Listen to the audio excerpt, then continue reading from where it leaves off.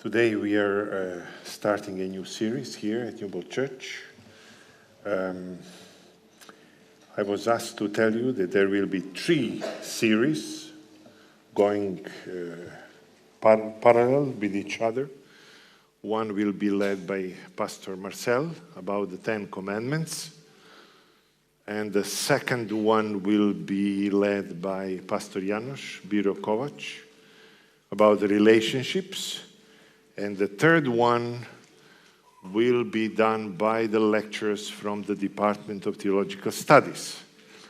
So this is the first one in this series about the plan of salvation and some of the basic beliefs that we hold as a church. So today I will address the issue of the origin of the universe and the origin of life. And as you know, this is not an easy issue. It has been debated very passionately in the last 10, 20 years throughout the world, and especially here in the UK. Some of the leading atheists, called the new atheists, they are here in United Kingdom. When we are speaking about the issue of the origin of the universe and the origin of human life, immediately what comes to our mind is the question of the existence of God. These issues cannot be separated. So you are probably aware that the question of the existence of God is the question of human beings. It is not one of the questions that we can address. It is the question for humanity. Because if there is God, everything is different. The trees are different. The plants are different. The child's smile is different. The death is different. And the life itself has meaning. So probably every human being which is born on this planet has sooner or later to come to terms to somehow decide whether for him or her there is God or no. Let me at the beginning say something that is very important. And I would like especially to address younger generation of people, you who are studying at the university and are constantly exposed to different theories, in order to discuss this issue intelligently. There are 3 principles which are accepted by even by Richard Dawkins, by Anthony Kelly, by Rowan Williams and other key intellectuals in the UK today. The first principle is that we have to take seriously the issue of logic. So if we do not take seriously logic, then when we say logic, if we have 2 opposing statements, usually called A and minus A, both cannot be true. Kierkegaard already said either A or minus A.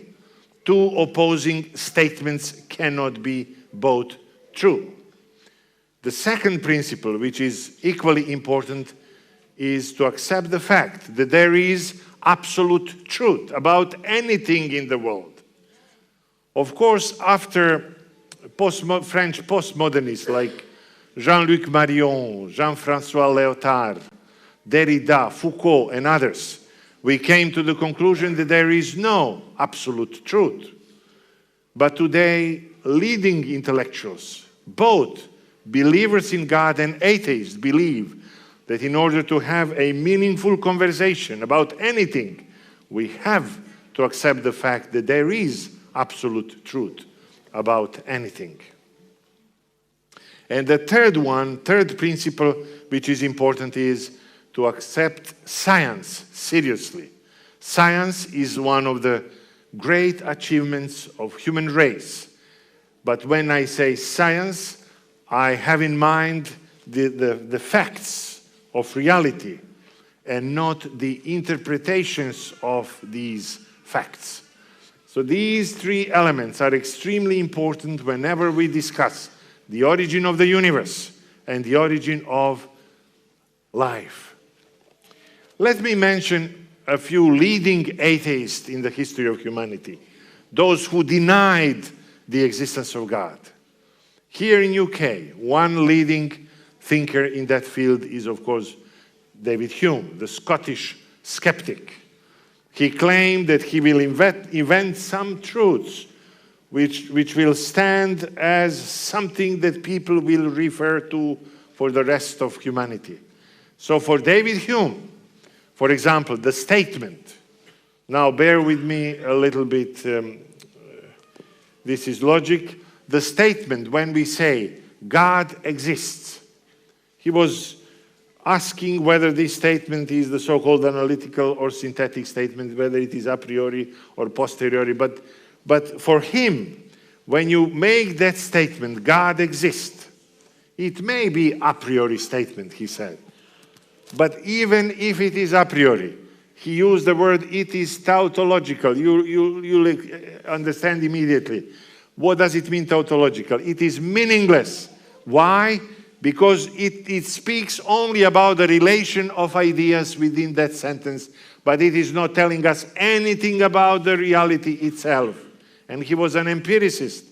It means, in other words, that statement is nonsense. And he tried to destroy all the rationality, causality, because Christian arguments since Thomas Aquinas were based on causality. And I'll say about this a few minutes later. But here is what Hume said. He's using the metaphor of snooker. And he says, even if billiard ball A hit billiard ball B, and the result was an event billiard ball C, even if it happened 1,000 times in the past, there is no guarantee that it is going to happen in the future. The world is chaos and flux. And his famous statement is, this is important, there are no necessary connection between any two events in the world. When we say necessary connection, we have in mind the connection of causality. There is no the world is chaotic. And after he believed that he destroyed all causality and rationality, he said, all I can do is go back to Scotland on the green hills and take care of the sheep. Because he believed that philosophy and theology cannot continue to exist once all rationality is destroyed. Hume had huge influence on Britain. When you see sometimes people here with deep doubts, and behind that sometimes you can read David Hume. And let me mention another great atheist, one of the sharpest minds that this planet ever had, and this is Friedrich Nietzsche. I have to admit that I appreciate Nietzsche and I love him because he was honest to the core of his being. But of course, it does not mean that we agree with him. He made a famous statement, God is dead. God is dead. If you read his work, Gay Science, his main hero is going through the streets of one German city and he says, God is dead. You, ordinary people, you academicians, you priests and ministers, you have killed him. Your hands are full of blood. God is dead, shouts his hero on the streets of this German city. But Nietzsche, as a sharp mind, understood It is not easy to get rid of God from human life and human history. He is warning intellectuals in Germany who thought, yes, we will get rid of God so easily, no problem with that issue. And Nietzsche is saying, wait a moment, let me tell you how this process would look like. Some people believe that Nietzsche was a kind of prophet because he said, and Dostoevsky also said that, if God is dead, everything is permissible. So some people, and he predicted that there will be a bloodshed on the streets of Europe. That's why some people look at Nietzsche as a prophet who predicted the First and the Second World Wars. But in order to tell German intellectuals how it will be complicated to get rid of God, he's using three metaphors. The first metaphor is, can we drink up the sea? Listen to this one more time. Powerful. Can we drink up the sea? Try to get rid of God, to him, to Nietzsche, looked as if an individual has to drink up the sea. The God who put the planets on its orbits. Can we drink up the sea? The second metaphor that he's using is the metaphor of the sponge. And listen to this sentence, this metaphor. He says, who gave us the sponge to erase the whole horizon? It seemed to Friedrich Nietzsche that if we pronounce God dead, it is like erasing the whole horizon. No more future, no more hope. And the third metaphor that Nietzsche is using is probably the most drastic. I am teaching philosophy here at Newbold for many years, but that one is constantly haunting me somehow. He says the following, that the man or humanity who pronounce God dead is like the planet which is detached from its sun. So the planet is wandering, moving through the universe without any goal anymore. And Nietzsche says that if you are on that planet, it is darker and darker. It is colder and colder. There is no anymore up and down. There is no anymore left or right. Think about your own experiences, if you ever, I had such experiences. If you decide to pronounce God dead in your life, it is darker and darker. It is colder and colder. No more up and down. No more right or left. And this is, Dostoevsky mentioned this also. He said, if there is no God, everything is permissible. So, yes, this is Hume, Nietzsche, and I can mention Feuerbach, for example, who said, if you think that there is God, and you pray to him, but this is not God that you are praying to. This is called projection theory. You project the best of your qualities, human qualities, to a world of imagination. And you think that this is God, but this is not God. This is human being there. So the famous statement is, homo homini deus est. God, man to man is God. Homo homini deus est. You believe that this is God, but no, you pray to some best qualities that you have as a human being. In spite of all of this, there are so many people on this planet who dare to believe that there is God and there was creation. Let me say a few words about the man that all of you know. He is everywhere, and this is Richard Dawkins. He is the leading thinker today, leader of the so-called New Atheism movement. Let me quote Richard Dawkins. Listen carefully what is he saying. He says, I am a nominal Anglican. And this morning I took the shower.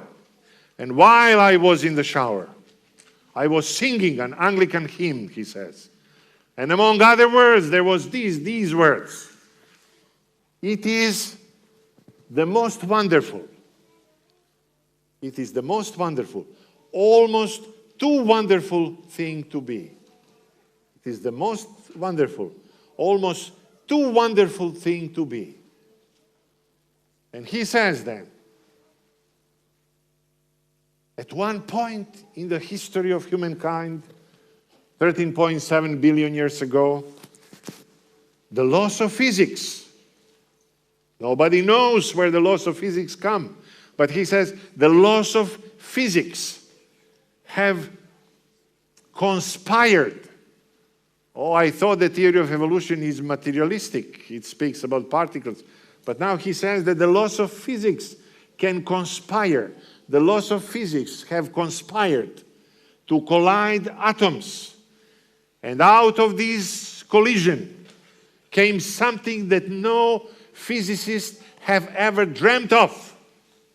Yes. No physicist could have ever dreamt of such world, that these laws of physics conspire to collide and to create this complex world. And he says we have an illusion of design now. But these laws of physics, by this collision, they created kangaroos, plants, other animals, human beings. Do you know? Sorry for this. Do you know that that human beings are the only intelligence that we know of that are asking the questions about the truth? No other beings that we know of ask the questions about what is the truth. We ask the questions about the universe. Nobody else. Animals do not ask the questions about universe. We have empathy towards other people. We tell jokes. If you think that this is easy to tell jokes, how complex process, we tell jokes. We enter into relationships with other people. We enter into relationship with God. And all these processes are extremely complex, extremely complex. So, human beings are unique beings. We are the only beings in the universe that are self-aware of ourselves. It was Saint Augustine who said that the man has become question to himself. You can investigate carrots, where you are subject, and carrot is an object of your investigation. But when we become the question to ourselves, when we investigate ourselves, it is very difficult. But we are self-aware. We are aware that we exist and who we are. Okay, for example, to come to this issue of creation, Stephen Hawking, who died a few years ago, in his first book, A Brief History of Time, he said God is necessary for creation. But in his second book, The Great Design, he said no. Because of the quantum mechanics now, we can say we don't need God. The universe came out of nothing. For centuries it was believed that ex nihilo nihil, out of nothing comes nothing. Omne vivo ex vivo. Only from life comes life. Now, Stephen Hawking, Richard Dawkins, Christopher Hitchens are telling us that something can come out of nothing. They tell us that there was a time in the history of the universe when the whole universe, there was no space.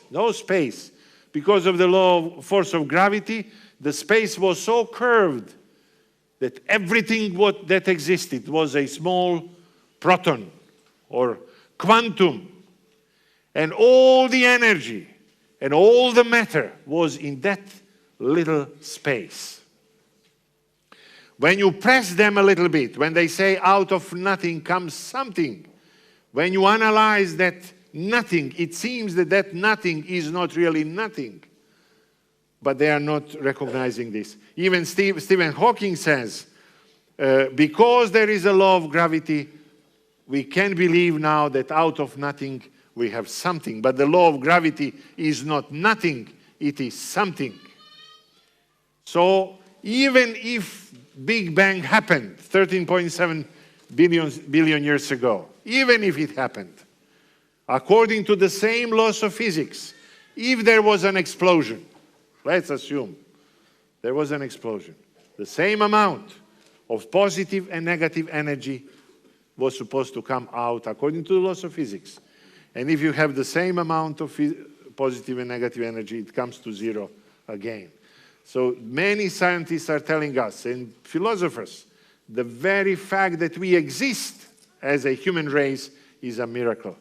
One scientist that I read a few months ago, he says, what is that gracious hand in the universe who allowed us to exist? And he is an atheist. So yes, it is the miracle that we exist as a race according to the same physical laws. So it seems to me very often when I think about these things, that these, what Dawkins called the illusion of design, this complex world which came out of nothing, it seems to me that it is almost an offense to the common sense of human beings. And then, of course, the second question, which is even more complex. You know that the theory of evolution, it starts with already existing DNA molecules. Before that, they tell you, we don't know. We don't know. We don't know how life started. I found out last week, I read again some articles last week, and I found out the two words, two sentences are coming constantly back. These sentences are blind forces and sheer luck. Blind forces and sheer luck. We do not know how the universe came. This is a theory. Even Einstein, before he went to something put into the mathematics, he was using his imagination, fertile imagination, in order, even his theory of relativity and quantum mechanics first was born in his mind. But then what about life? How life, the miracle of life. So some basic things. In order to have life, we have to have amino acids. And amino acids are not simple at all. In order to have amino acids, we need at least 4 basic elements: oxygen, hydrogen, carbon dioxide, and nitrogen. How these 4 elements came together in certain amounts and formed such a complex thing like amino acids, nobody knows. Nobody knows. Sheer luck, because it is not happening today. Blind forces. But even if you have amino acids, you still don't have life. Now we have proteins, and proteins are made of amino acids. I found that there is around 1 million proteins, but this morning somebody told me that there are around 40 million different proteins. And now, in order to have proteins, you need the exact sequence of amino sequence and the right amount. How it happened? Blind forces. Random and unrandom forces, says Richard Dawkins. And there is no life without proteins. But even if you have amino acids and you have proteins, you need DNA molecules. The theory of evolution begins with DNA molecules. I think I'll switch to this mic because I don't feel comfortable with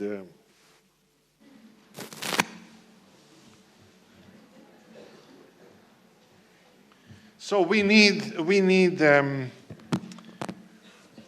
DNA molecules. So, and I think, especially you who are young people, you have to be honest with yourself, brutally honest. If you have 500 volumes of books, and each book 500 pages, this is full of very complex information. This is DNA molecules.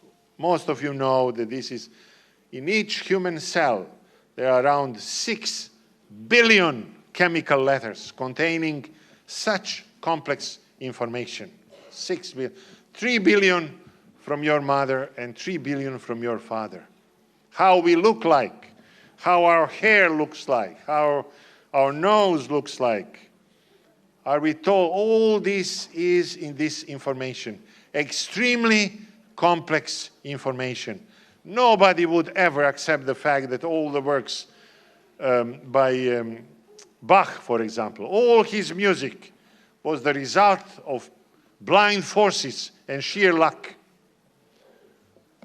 Or all what Shakespeare or Dostoevsky or Tolstoy wrote, this is sheer luck, blind forces. Nobody would believe this. And I think that contemporary science is helping us to understand that there must be an intelligence behind all what we see in this world and in ourselves.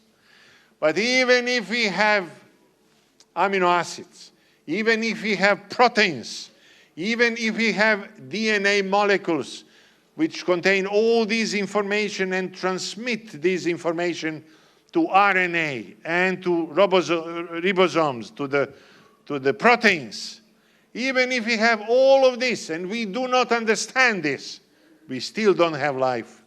We need a membrane to have one just human cell. So such complexities are so compelling to all thinking people today that we have to accept that every human cell is biochemical laboratory, and only some superior mind could be the cause of all of this. Let me mention a few other things which are discussed today in literature when it comes to human beings. One of these is the genetic code. I think that the 4-letter genetic code is one of the most compelling arguments for the existence of God in the 21st century. Why? Because if you change a little bit that genetic code, nothing would exist anymore. But lo and behold, genetic code is the same in bacteria, animals, and human beings. We would expect, if there was an evolution, that even the genetic code would change. But according to the science, what we know today is that the genetic code is the same at a very simple level of life and at a very complex. Another huge issue is freedom. Freedom.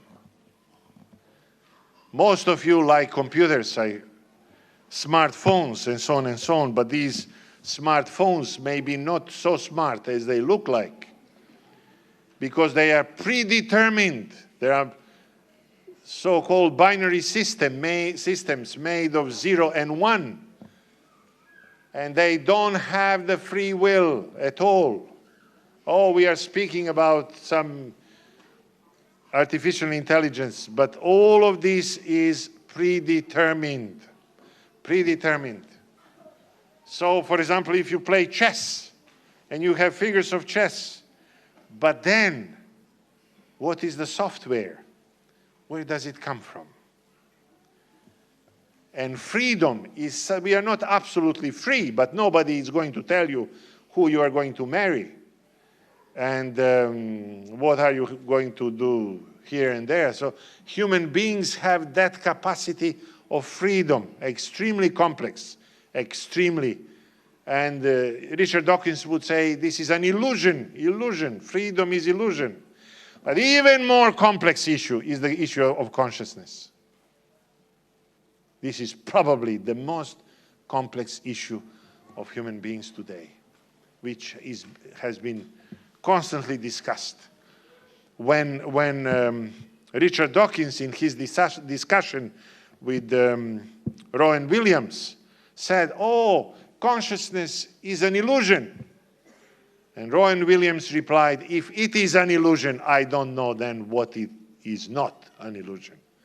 Let me tell you why consciousness or self-awareness. If you give a mirror to monkey is not going to know that it is him. There is no self-awareness. We are self-aware.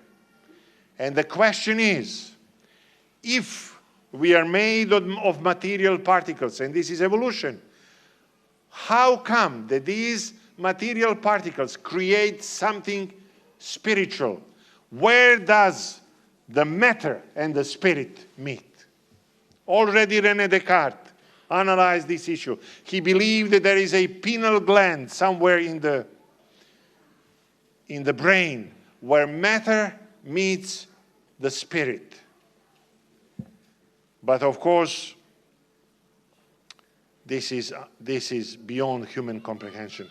And René Descartes already says, suddenly matter produces spirit, and that spirit controls then the matter. Where does this come from? Call it consciousness or self-awareness. Where does this come from? Nobody knows. Richard Dawkins says, this is something to be discovered in the future. In the future. So design is an illusion. Freedom, human freedom, is an illusion. Language. You know that the child cannot learn the language. If you leave the child in the forest with animals, there were some cases, the child is not going to learn to talk. So, who was the first child with the ability to talk? Even if, because of the selfish gene, and these mutations are mistakes when information goes from DNA to RNA and to ribosomes, sometimes there are some minor mistakes.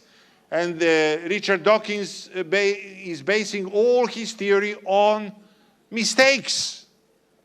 And let's assume there was a mistake, that there was a child born with the ability to talk. To whom that child talked to? And it was Ludwig Wittgenstein who analyzed the structure of human mind and the structure of language and the structure of mathematics. So he believed that there is some harmony between these three elements. Of course, when it comes to the causality issue, let me just mention something I think you can see, all of you. Now I'm going to, oh, there is a mic coming. Thank you. Thank you so much. So the question, I read Bertrand Russell last week, and then he's saying, oh, you Christians, you do not have answer who created God. And of course it was Thomas Aquinas in the 13th century who talked about this causality element. And usually this metaphor is used for the causality element. So if it is a chain, and if this part of the chain, how it came into existence, according to Thomas Aquinas, there is one option, that it has created itself. So if it is the cause of itself, then it has to precede itself. It has to be here. Since it cannot precede itself, it could not create itself. It has to have the cause of its existence, this one. But this one also could not create itself, and so on and so on. Even Martin Heidegger asked the famous question. Maybe it seems naive to you when you hear this, but it is not naive at all. Why there is something rather than nothing. Why there is something rather than nothing. And then Thomas Aquinas was thinking, can this effect, cause, go ad infinitum? Ad infinitum. It means to infinity. This is the cause of this one, this is the cause. Can this chain of causes and effects go ad infinitum, to infinity? Aquinas said, no, it is not possible.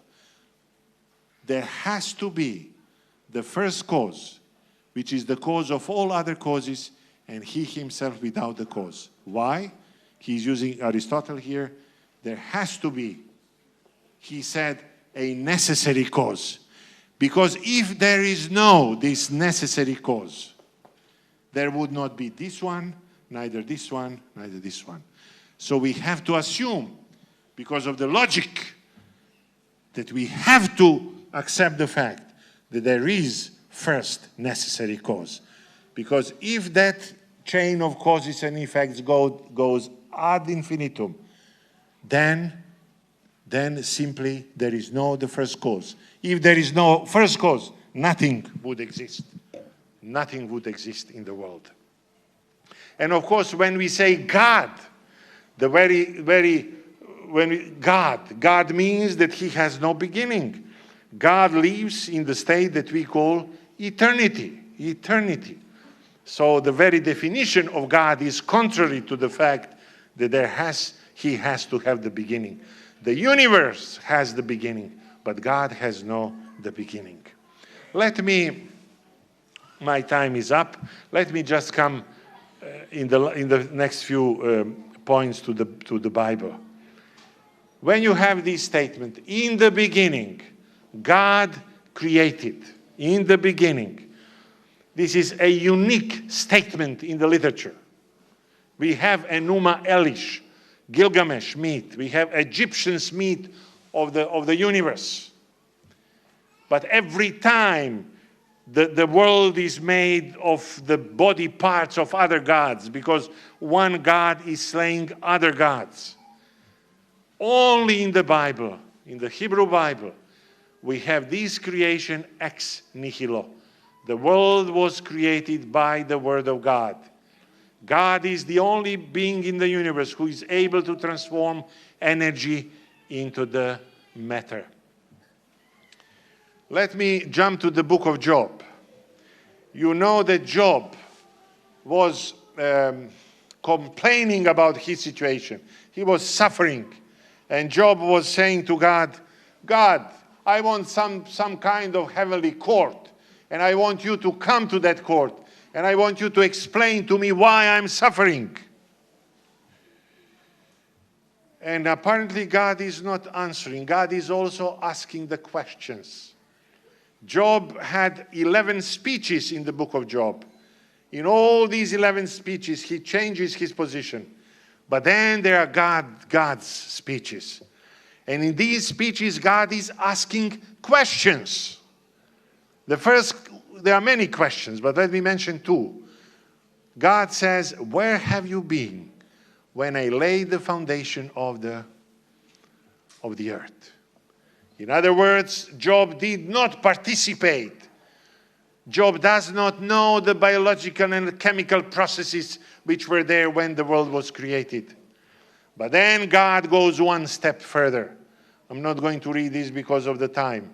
He says, God says to Job, if you think that you are so intelligent, that you believe that you know how the universe should be run, show the dawn its place. Meaning, in simple words, in the Bible, every new day is a miracle. This is Psalm 19. Every new day is the demonstration of God's power. But God says to Job, make this only once, that the morning comes at 2 o'clock after the midnight. If you think that you know how the universe should be run. So God says, I did not only create the world, but I sustain the world.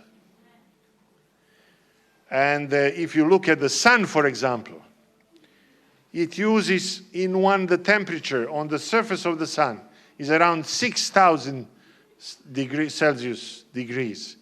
It uses millions of tons every second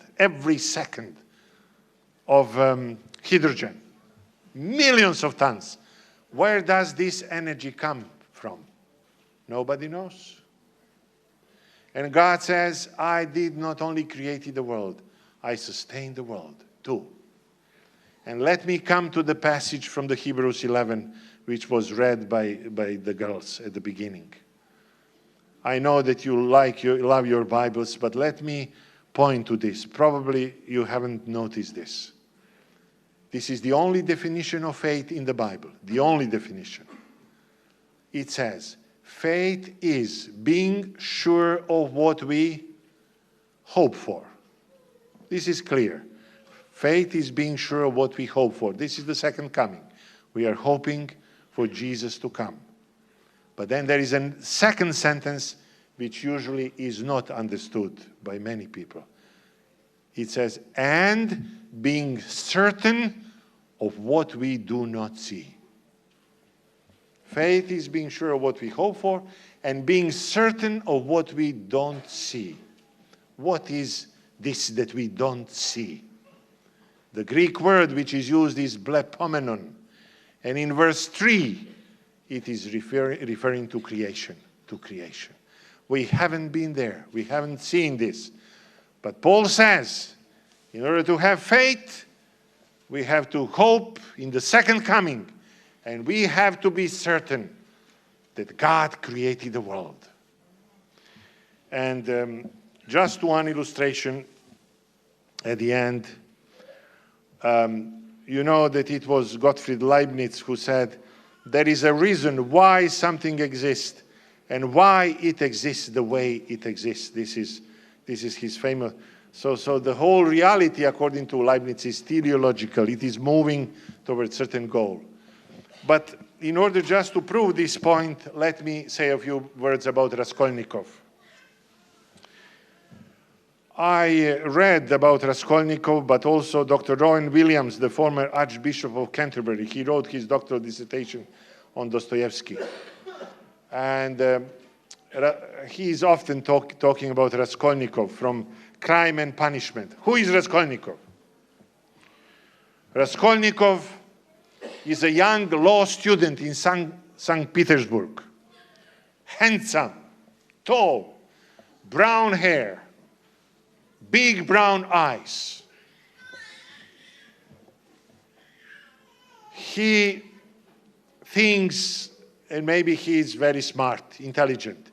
He even thinks that he is more intelligent than most of his friends in St. Petersburg.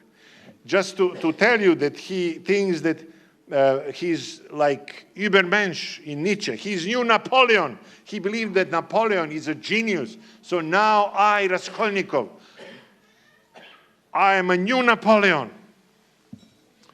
But he lives in a tiny apartment, poor. He has nothing to eat. He's hungry on a daily basis. He eats only bread. And there is a lady, an old lady, Alyona Ivanovna. She's lending money. And he owes money to this lady. Who is Alyona Ivanovna? Extremely rich, has a lot of money, apartments in St. Petersburg that she's renting and giving money. Selfish.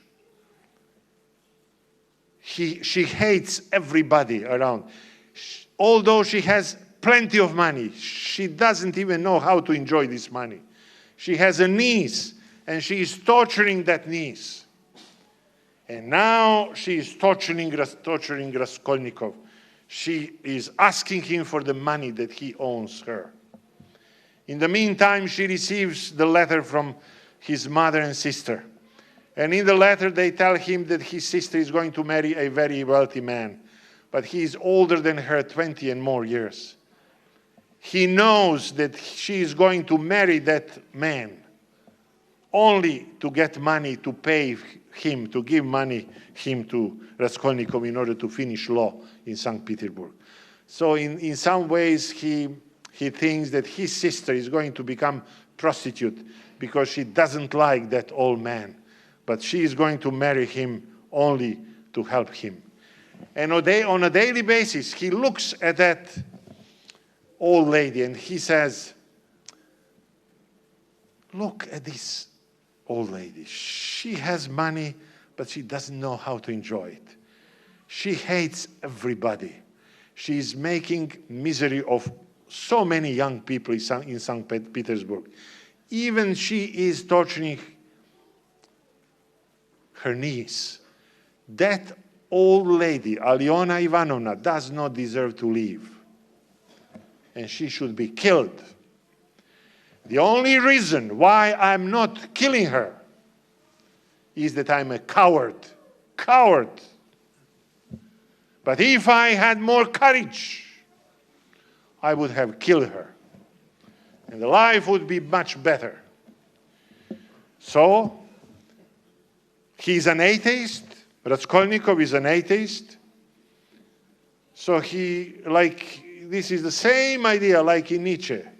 His Dionysius and Apollos syndromes. So he says, he was thinking, he says one day, I'm not going to be coward anymore. I am new Napoleon. There is no moral structure in the universe. No God. I am going to make a new structure of the universe. These people who do not deserve to live, they should be killed. And he kills the old lady. And the story begins only there. Because suddenly the whole world has changed. And something that I talked about this morning, his consciousness is beginning to work. No peace anymore. No up and down. No left or right. It is colder and colder. It is darker and darker in his mind. What is he going to do? He doesn't know. He meets his girlfriend, former prostitute, Sonia. He acknowledges his crime. He is sent to Siberia. And Sonia goes with him to Siberia. And he reads the New Testament there. And while they read together, Sonia was a Christian. They read the report about Lazarus and his resurrection by Jesus. And as they read that biblical text, they felt that they are also resurrecting from the situation in which they find themselves. And he becomes a Christian. That's why Dostoevsky could say at one point, in his love for Jesus, he said, even if the truth is outside of Jesus, I would rather stay with Jesus. He believed that Jesus is the only beauty in the world. And his famous sentence is, beauty will conquer the world. Beauty meaning Jesus will conquer the world. And if we come to the beginning now, it seems that if we accept the fact that the origin of the universe, behind that origin is sheer luck and blind forces, no hope, no future. And it seems that evidences that we have today in the 21st century are telling us that there must be a superior being. Rowan Williams likes to say he is the lover of mathematics and of beauty. Because Einstein already spoke about this. When you look at the universe, there is mathematics and there is beauty. And I would like to invite you this morning to turn your eyes to that beauty. The most beautiful being in the universe, and this is Jesus. who is the creator of the world. Amen.